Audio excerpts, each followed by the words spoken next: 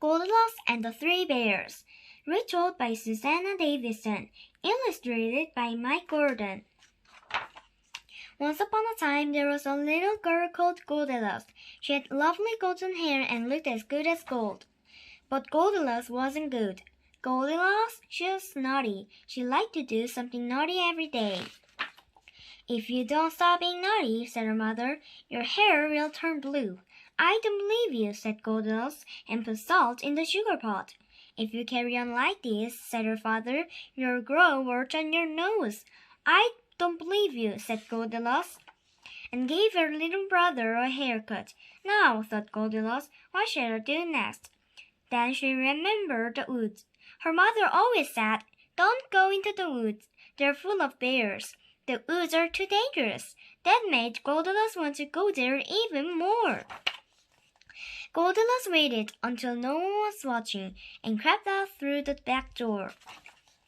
"This is fun," thought Goldilocks as she skipped down the path.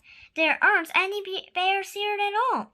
Goldilocks skipped around the corner and saw a pretty little cottage. "I wonder who lives here."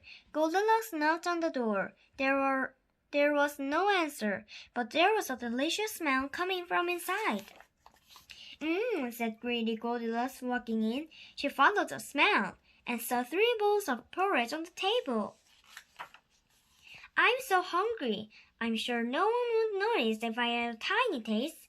First, Goldilocks tried a great big bowl. Yuck, too cold. Next, she tried a middle-sized bowl. Ow, too hot. Last of all, Goldilocks tried the porridge in the tiny bowl. Just right. She ate it all up.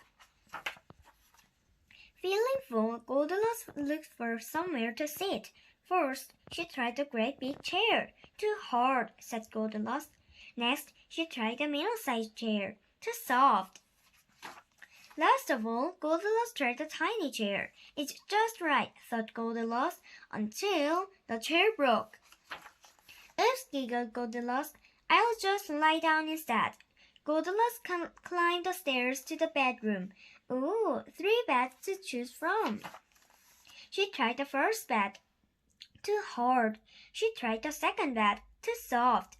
She tried the third bed. Just right, said Goldilocks. In no time at all, Goldilocks was fast asleep. As she slept, a large heavy paw pushed at the front door.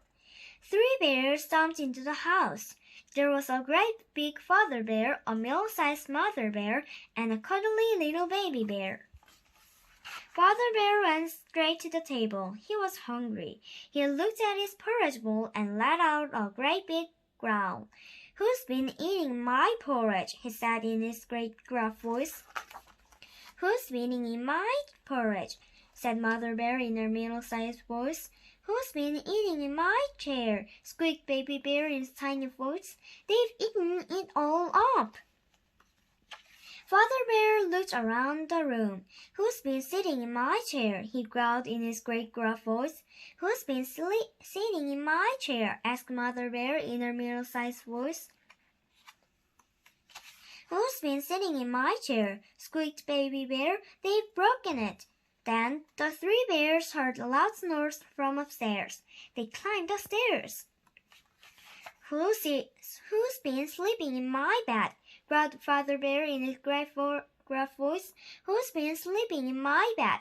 said Mother Bear in her middle-sized voice. "Who's been sleeping in my bed?" squeaked Baby Bear in his tiny voice. "She's still there." Baby Bear began to cry. He cried so loudly, Goldilocks woke up.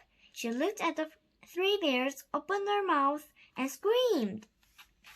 Goldilocks ran out of the house. She ran home as fast as she could go.